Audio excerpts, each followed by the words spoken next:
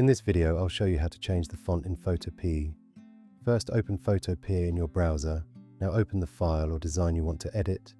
If you already have a text layer, click the text layer in the Layers panel, then select the Type tool from the toolbar. You can also press T on your keyboard. Now click on the text you want to edit.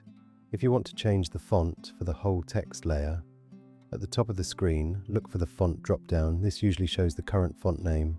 Click the font drop-down. Now choose the new font you want to use. Once you select a font, the text should update in your design. You can also change the font size from the top toolbar. If you only want to change part of the text, double-click into the text box.